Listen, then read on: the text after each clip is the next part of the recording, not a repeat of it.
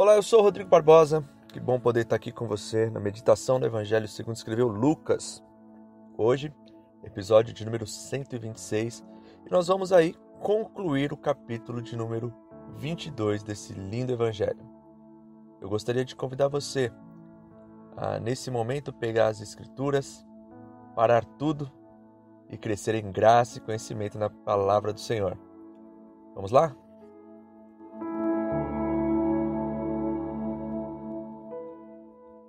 Evangelho de Lucas, capítulo de número 22, versículo de número 66, diz assim: Ao amanhecer, todos os líderes do povo se reuniram, incluindo os principais sacerdotes e os mestres da lei. Jesus foi conduzido à presença desse conselho e eles perguntaram: Diga-nos, você é o Cristo? E Jesus respondeu: Se eu lhes disser, de modo algum acreditarão em mim. E se eu lhes fizer uma pergunta, não responderão. Mas de agora em diante, o Filho do Homem se sentará à direita do Deus Todo-Poderoso. Todos gritaram: Então você afirma que é o Filho de Deus? E ele respondeu: Vocês dizem que eu sou. Que necessidade temos de outras testemunhas, disseram eles. Nós mesmos ouvimos de sua boca.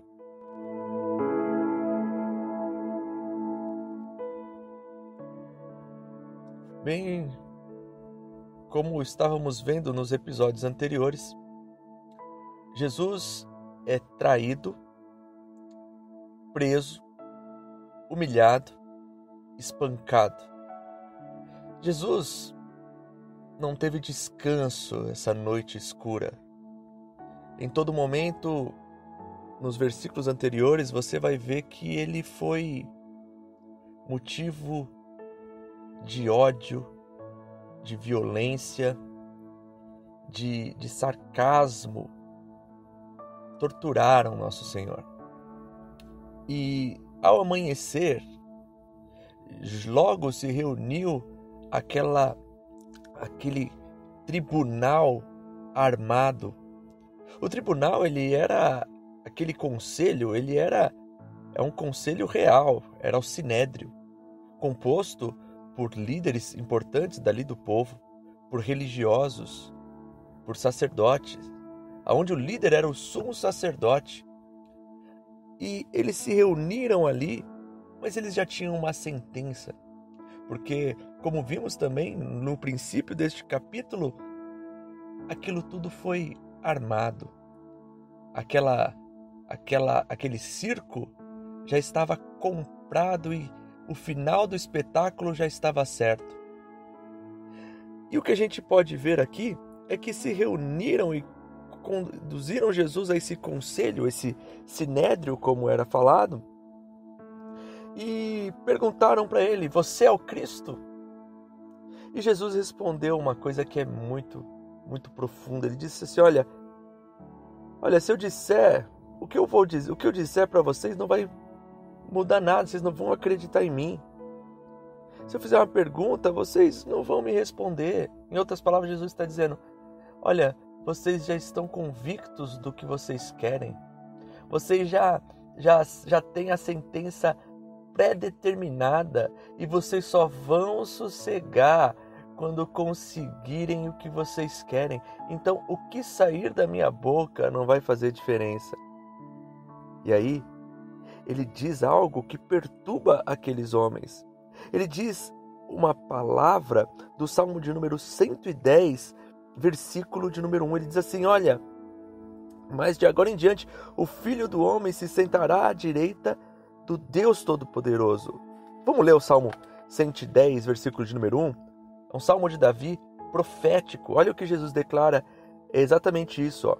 O Senhor disse ao meu Senhor: Senta-se no lugar de honra à minha direita, até que eu humilhe seus inimigos e os ponha debaixo de seus pés.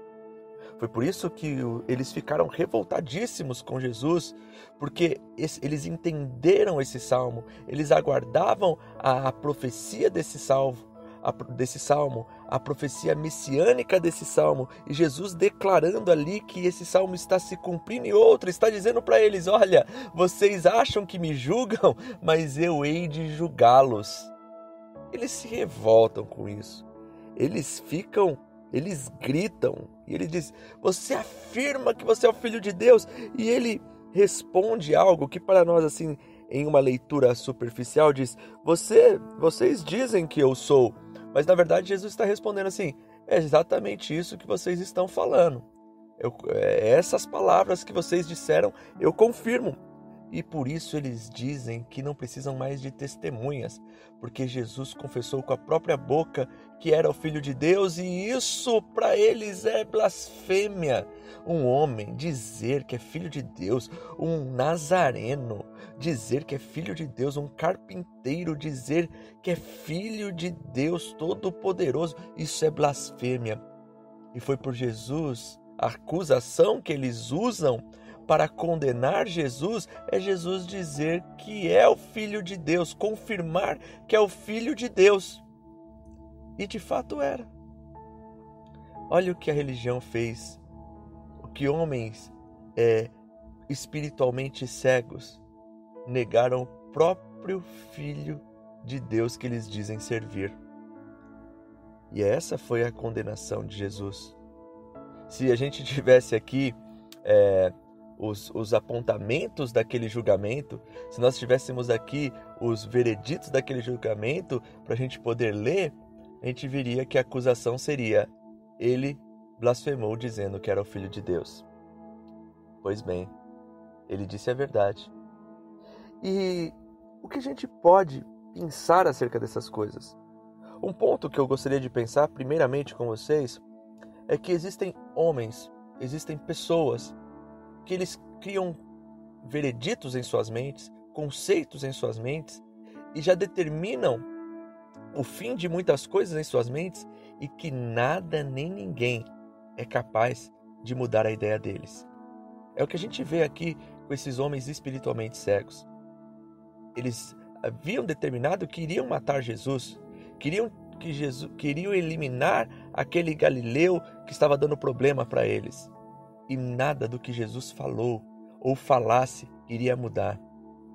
Tem gente que tem o coração tão endurecido, a mente tão cauterizada, inclusive pela religião, que as palavras de Jesus não fazem diferença para essas pessoas. Tomemos cuidado para, numa espiritualidade cega, surda, não estamos tampando os ouvidos para a verdade das palavras do nosso Senhor. Devemos estar atentos para que possamos ouvir aquilo que sai de sua boca e aceitarmos como verdade suprema, e não nos prendermos em nossos conceitos pré-determinados. Devemos estar dispostos a continuamente nos desconstruir para sermos reedificados em Cristo e não nas nossas pressuposições. Outra coisa que nós podemos ver aqui nesses versículos é que, sim, Jesus é o Filho de Deus. Jesus, ele é aquele que vai que sentou à destra de Deus e julgará todos. Sim, não podemos olhar só para Jesus como aquele que morreu na cruz, mas devemos olhar para ele em sua glória e saber que ele, sim, é aquele que tem poder e glória diante de Deus e de todos para julgar todos. Não podemos olhar simplesmente para Jesus como sendo aquele da cruz, mas também devemos olhar para ele em toda a sua majestade e glória e todo poder. Sim, ele é o Filho do Deus Todo-Poderoso. Ele é a manifestação da glória do Pai. Ele é o nosso Senhor, Salvador e também Juiz. Pense nessas coisas. Guarde essas palavras no seu coração. medite em tudo isso. Que a graça, a paz, o amor esteja sobre você. E eu te espero na próxima meditação, em nome do Senhor Jesus.